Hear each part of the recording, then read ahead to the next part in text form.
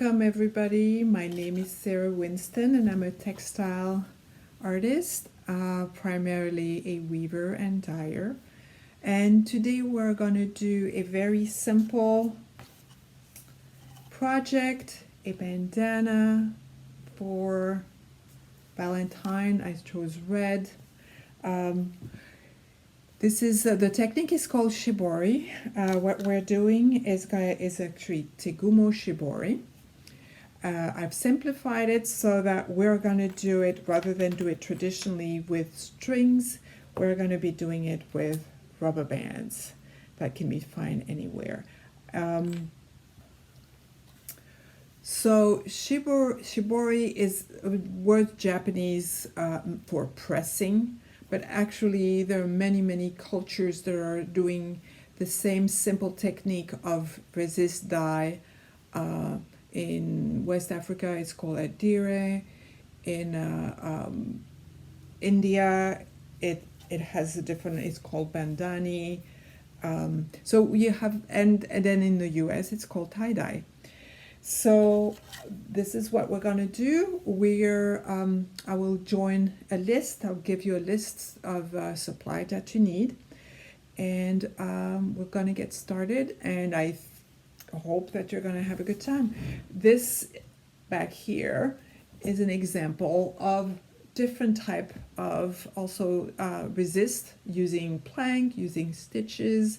And that's what we're going to do as we continue to explore further on the Shibori. For now, we're just going to do the bandana.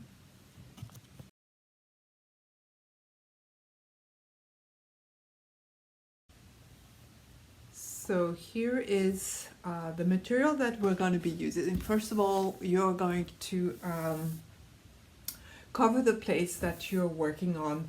I put some plastic so that if there's any spilling, everything will be cleaned up. I'm wearing dark clothing so that if there is any splatter, it won't matter. Then you want to have a pair of plastic gloves. I use as a recipient a 1-gallon bottle that has been cut, where the top has just been cut. So you just use a pair of scissors and you just cut the top of your bottle. And we're going to use this for the dyes, for the dyeing. Then what you also need is a blank piece of cotton. I have bandanas that you can find at Joann or on Amazon that we're going to be using. You need a dye packet. So this one is Dylon and it is found at Joann. And you also have iDye, which is a little packet. I opened it for you so you could see what it looks like. It's a little packet of dye and everything is pretty much in there, and you drop that in the water. So that's another possibility. And then you also will need salt, just regular table salt. You will need some screws. Here they are, just screws, simple screws, pretty all type of length, that doesn't really matter. Rubber bands.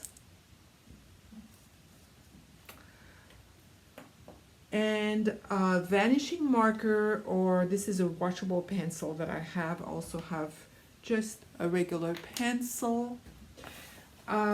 Some objects that I've found that I'm going to trace onto some recycled paper, cardboard. And that's about it. This is, so here are all the materials that you are going to need for this project. So let's get started.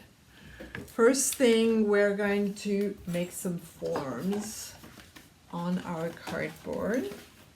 So I'm going to use circle, because here is our bandana. So it has a sort of a flower pattern. So I'm going to use my cardboard, cut it. Oh, most important too, scissors. Scissors are important. So I'm going to cut my cardboard to get some circle shapes out of it. So I have my glass here. I'm just going to trace around the glass here. I have something a little smaller and one slightly larger circle. I'll cut those. Now, one of the reasons we're doing this is because when we're doing our resist and tying our rubber bands around the screw, we need to kind of have an idea of how we're going to place this onto the blank cotton. So I just cut the forms. Now the forms can be anything if you prefer squares, but as you can see, our shibori is, the shape is a kind of a round squarish shape. So this is just so we can place the where the shibori resist is going to be on your bandana.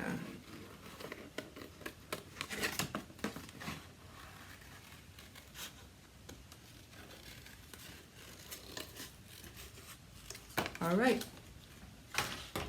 put that aside. Here is my bandana. So we have a wrong side and a right side, so we want to make sure that we are going to be doing this on the right side. Now, the bandana is kind of worn as a triangle, so we might want to put some kind of a marker so we know that this is the middle of it. And I'm going to use my washable pencil and just trace around that circle. And put my shapes away. So I'm going to do some kind of a large flower motif. So here.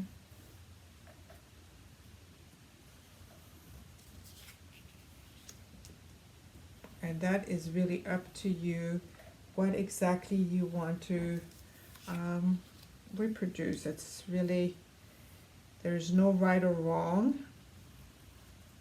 Now the pencil I'm using is actually, it won't vanish away. If you have a vanishing marker, after a while the marks are going to start fading away, which can be very annoying, especially when you're have this very complicated design and you decided to continue the next day and you find that your marks have all disappeared because you have a vanishing marker. So this actually, with the washable pencil, the marks are going to stay on until you actually wash the piece. So you don't have to worry about anything going away if you're not working on it immediately. Okay. Now, what I'm doing here is that I will need those marks as you start tying your piece of cloth. It'll become harder and harder to see your design. Oops, there's a little bit on the side on this one.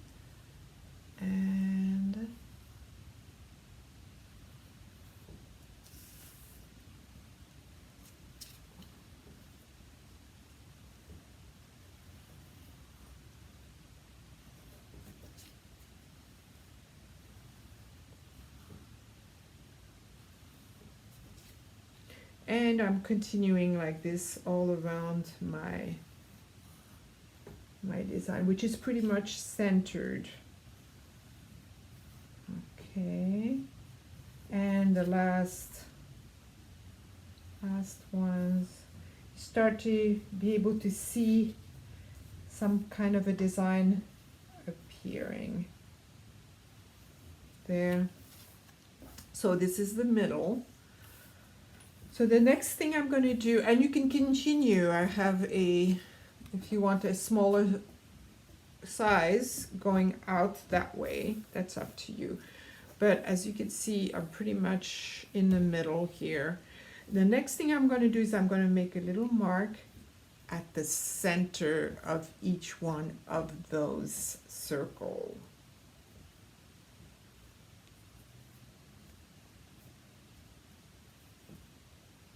Make sure that I see. And the reason I'm making this is because your little screw is going to be exactly placed in the middle of that circle on that dot. Okay, I have them all. All right. Now I'm start with the center. So we start in and branch out. Okay, so I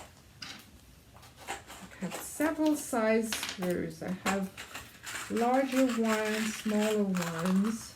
So my center is going to be my larger one. So I'm going to take my larger screw, and so the head of the screw is exactly where my dot is. And I'm going to pull it down just like that.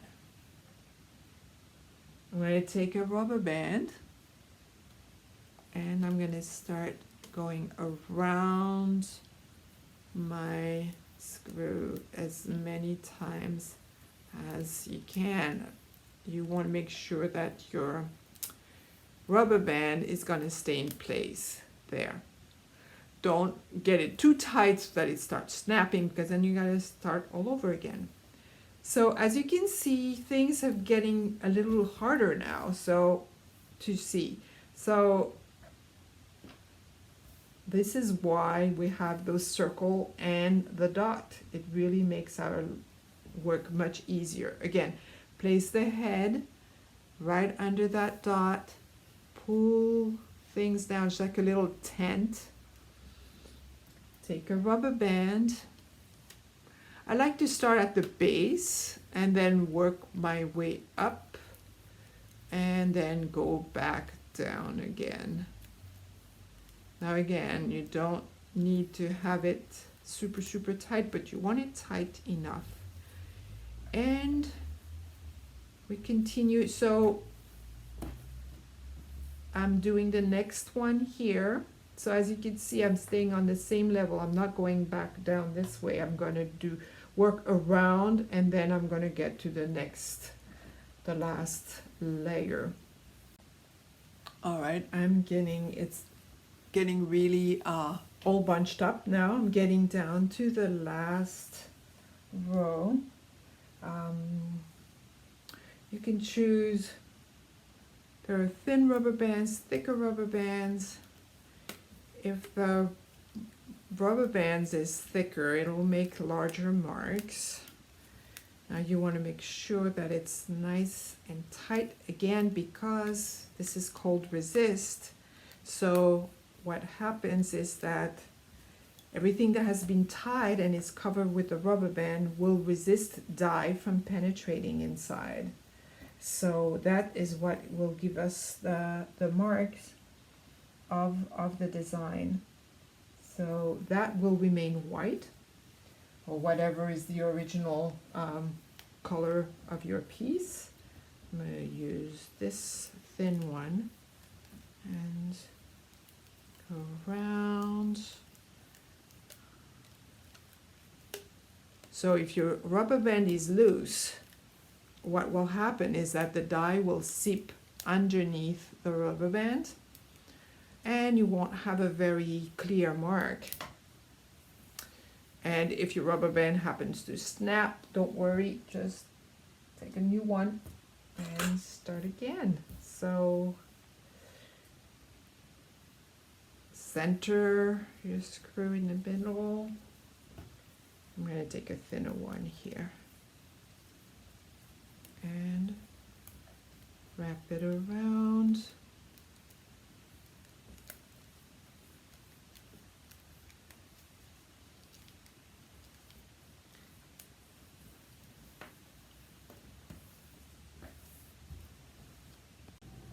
All right, so here is my bundle. It's all been tied. It's impossible to recognize the motif anymore. As you can see, it's all bunched up. And this is how the back looks. So be careful because those pointy screws can really be, you know, can get in your hand. So don't squeeze it. So here it is. Now it's ready to be soaked. So we're gonna just soak it in water.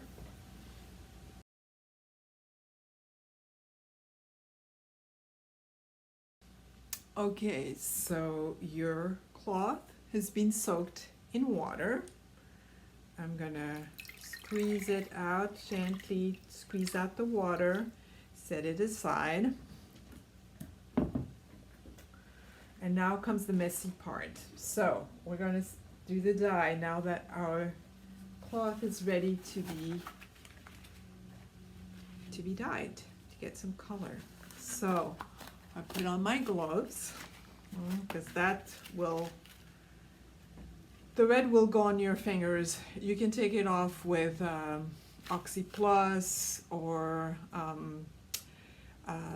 washing soda ash would remove it too. So I have two different dyes. I have the eye dye No Mess that dissolves in water, or the red, like I mentioned before, that's the Dylon Tulip Red. So I'm going to use the rest of my Tulip Red. Now, one of those is enough for 2 pounds, 2 pounds of cloth. Our little bandana doesn't weigh more than I think like half, not quite an ounce.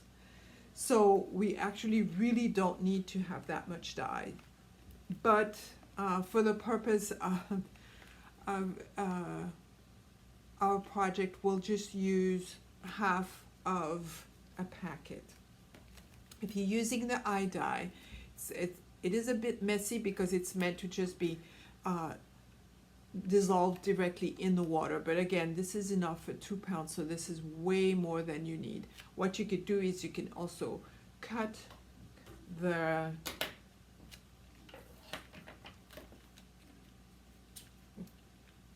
your little packet, and I would say this should be sufficient, which is about a third.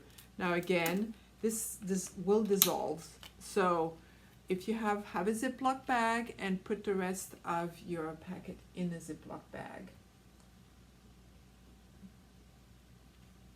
I'll set it aside. Now you want to dissolve this into warm water, so it's just gonna pour our warm water in it. That's just for the dissolving. I'm just using a chopsticks, just any old chopstick will do. And this actually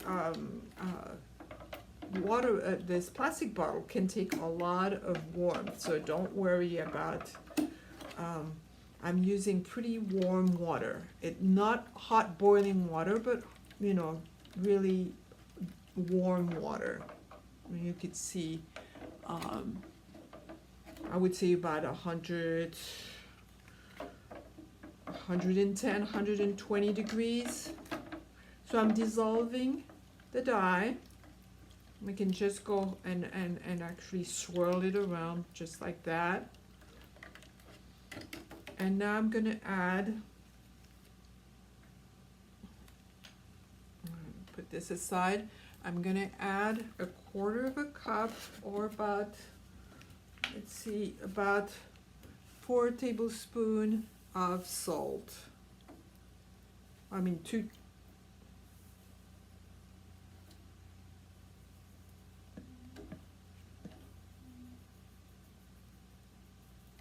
All right. So I have my salt. Any salt will do. Sea salt, regular Morton salt. Okay. So again, dissolving the salt. Make sure that it's well, mixed in the water. There is no residue at the bottom. I'm gonna add some more water, very warm water, like I said before. So you want to make sure that your cloth is completely submerged. Okay. And here is my piece. I will put that inside. There we go.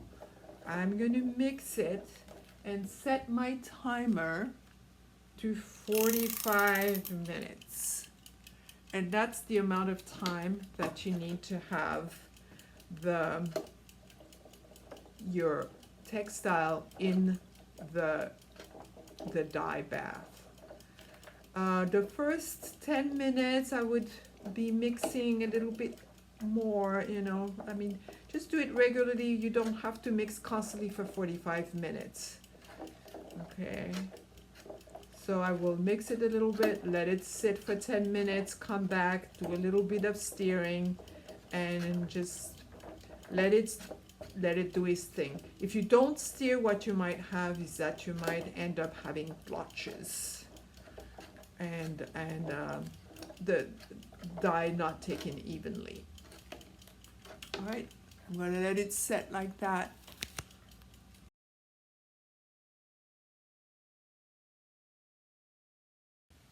Okay, so it has been 45 minutes and the dye has set. So now I've put on my gloves.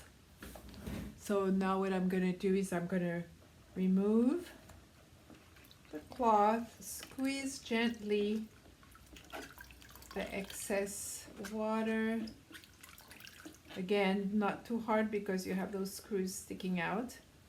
And now we're going to actually rinse it until the dyes has run out. So until the water runs out clear. So I'm going to take this to the sink now and I will rinse it and we'll be back and we'll start untying our rubber band and open up our work. And that's the best part, is actually we get to see what our motif looks like, and it's almost like Christmas and opening gifts. Okay, so here we go to the sink now.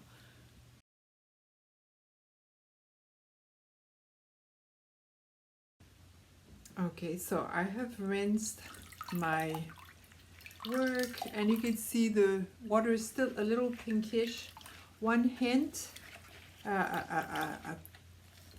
sort of a shortcut, is when you're doing the rinsing to pour hot water over it and let it soak for just a minute or two, and that will remove a lot of the extra dye, and that's to avoid using all this extra water. Since we live in California, we have to be mindful of water usage. So as you can see, I still have a little bit of dye in my piece, but we're still gonna wash it. So in order to get all the extra water out of it, I took some paper towel and I'm trying to use, because I don't want the work to be like dripping wet. So here it is. Here's my work. I'm going to remove my gloves. My hands might get a little pinkish, but nothing that a little bit of soap can't take away. So now comes the really fun part. So we have our rubber band. So what we're going to do is just basically cut the rubber bands, and here comes the first one, and undo And here is our first shibori. So like I say, this is really the fun part. Make sure that you cut the rubber band and not the fabric, because that would be a terrible, terrible thing. Now, you see, I just removed a fatter rubber band, and we have a complete resist. So the type of rubber band that you use will also, dictate what type of motif you're gonna get. Like I said before, if you get a large rubber band, then you will have a more resist. So here's another wide rubber band. So all those decisions that you make will affect the end result that you'll get. So we're just gonna proceed one after the other. Remove the rubber band, cut it off, and remove the screw that's in the middle.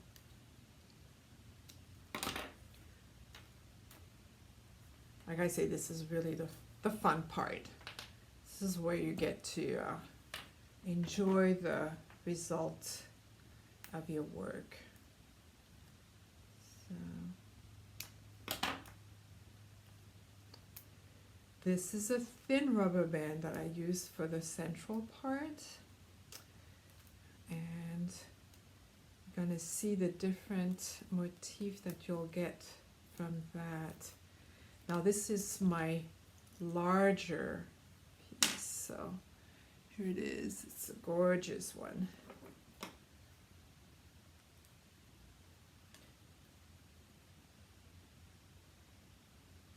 Again, try not to cut the cloth here.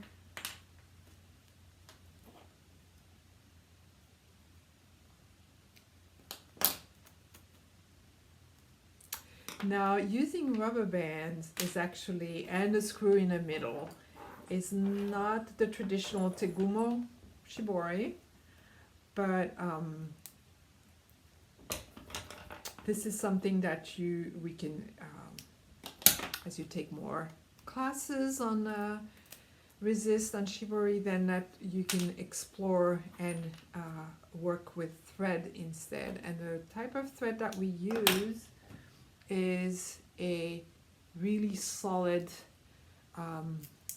type of nylon that you can find at any sewing supply stores. And this is usually used for like outdoor furnitures or fabric that need to be extremely durable, because again, you don't want your thread to break in the middle, so it has to be quite resistant. This is a nice one. Each one is different. There is not one that will be similar. That's the beauty of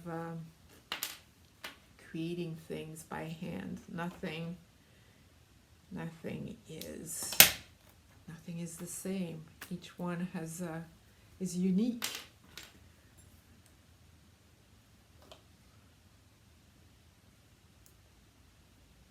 And my elastic.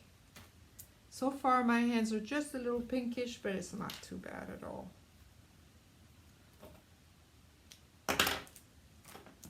There. I'll remove the screws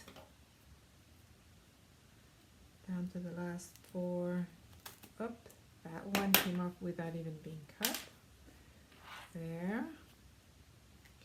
Once this is done, what you will do is that you will wash it with warm water and a mild detergent. It could be even like a dish detergent, and rinse it well. Do not wash it with your whites. Wash it with your colored clothes, and I wouldn't do that for the first 2 wash. I would just wash it by hand to make sure that you don't have any dye bleed. All right, so here the rubber bands are not reusable. So here is our bandana all undone. And when you're wearing it, you can wear it this way or the other way. But what I'm going to do now is I'm going to wash it, put it in warm water with a mild detergent, and rinse it well, dry it, and iron it, and I'll show you the end result.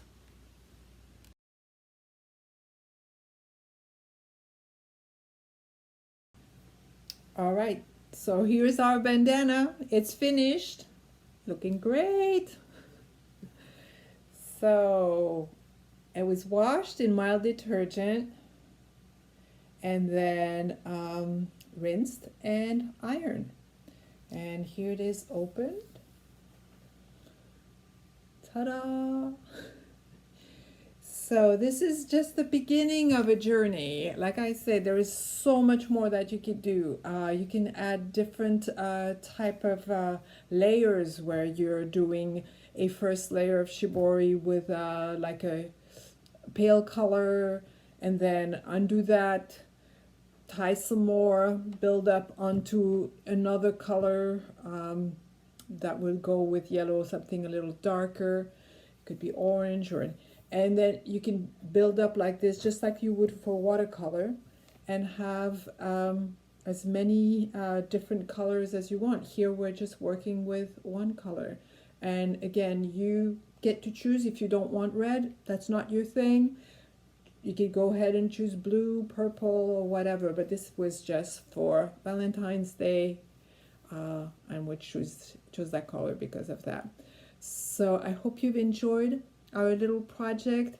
This is just the beginning of a journey, and usually I work with natural colors, so we would have done that with like a cochineal, which is a little bug, or I also love to work with indigo. Everything that you see back here has been worked with natural indigo. So we have itajime, which is clamp dyed, like I said before. So this is something that to build on. It's a skill to build on, and hope to be offering a class in as soon as we can be in person together with using natural dyes this time. And but in the meantime, happy dyeing, happy shibori. Bye.